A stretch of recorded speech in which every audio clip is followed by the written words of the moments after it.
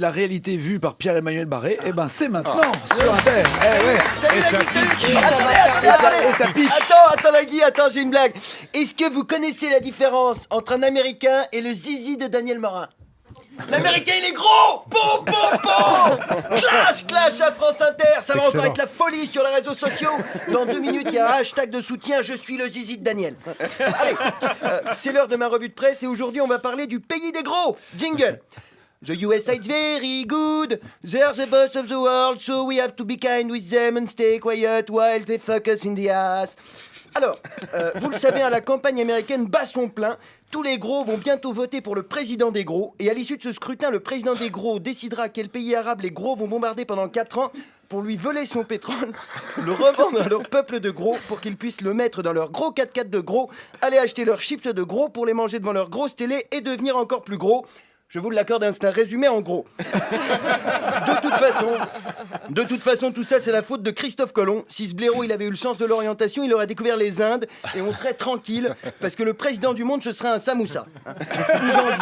Ou Gandhi, c'est pareil, les deux sont non violents, mais le samoussa est quand même plus agréable à prendre en bouche. Alors, c'est hyper important. Les élections américaines, c'est hyper important. C'est un peu l'élection de notre président, puisque leur président, c'est le président de notre président. Cette année, ça se joue entre Trump et Clinton. Alors, les médias disent du mal de Trump à cause de ses discours de gros beauf, mais en vrai, on s'en fout. Trump, c'est juste Zemmour sous cortisone qui s'est fait une teinture de poufias. Quand on y réfléchit bien, les propos de Trump, c'est comme l'amour pendant les règles. C'est dégueulasse, mais au final, on s'en fout. Et puis, on sait que ça donnera naissance à rien. Trump, il sert juste à effrayer les gens pour qu'ils votent Clinton. En fait, Donald Trump, c'est un épouvantail. Et d'ailleurs, c'est pour ça qu'autour de lui, il n'y a que des gros fermiers du Texas et qu'il a des cheveux en paille. Les Américains, ça fait 27 ans, ils sont gouvernés par 2 familles, les Bush et les Clinton, les Bushton, quoi. Mais rassurez-vous, il n'y a pas d'oligarchie, on est juste des vilains conspirationnistes.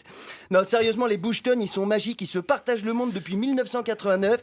Ils ont juste pris une petite pause en 2008, ils ont dit à leur majordome noir, Barack, nous prenons quelques jours de congé, gardez la maison propre jusqu'à ce qu'on revienne.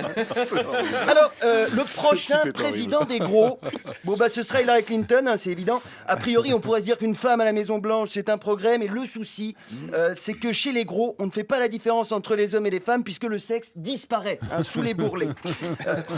Il y a quelques jours, Wikileaks publiait une nouvelle série d'emails échangés entre Hillary et son directeur de campagne, dans lesquels on trouvait notamment des extraits des discours prononcés par Hillary Clinton devant l'élite de Wall Street. Alors bien sûr, c'est pas gratuit. Un discours de Clinton, elle a facturé son intervention 485 000 $ à la Deutsche Bank et 675 000 $ à Goldman Sachs.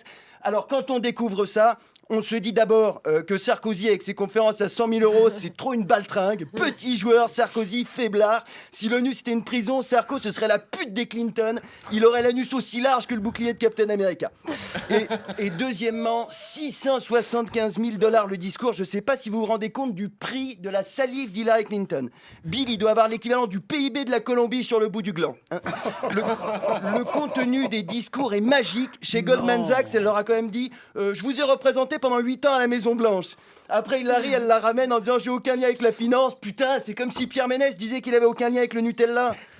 Non, franchement, quand on voit les grosses merdes qui gouvernent les États-Unis, c'est à se demander comment la maison a fait pour rester blanche. On devrait appeler ça la maison marron avec des petits morceaux de maïs par-ci par-là. Alors, je vais pas vous lire tous les discours, c'est disponible sur internet. Si vous voulez savoir à quel point on se fait mettre tous les jours, il suffit d'aller sur YouPorn. Entre gangbang et fistfucking, il y a un nouvel onglet libéralisme. Le destin est quand même farceur. Qui aurait pu dire en 1492, quand on a découvert l'Amérique, que l'Amérique nous mettrait tous à découvert? Allez, je cite un dernier speech d'Hillary pour la route. La politique, c'est comme la fabrication de la saucisse, c'est pas appétissant. Si tout le monde regarde les discours en coulisses et les marchés conclus, ça rendrait les gens nerveux. Il est nécessaire d'avoir une posture pour le grand public et une posture privée. Elle a raison, Hillary, on nous en fait bouffer de la saucisse et pas que par la bouche. Alors pour finir, je voudrais m'adresser au peuple américain. Cette année, votez pas Clinton, votez Daniel Morin. Il nous enculera aussi, mais ça fera moins mal. Merci de m'avoir écouté.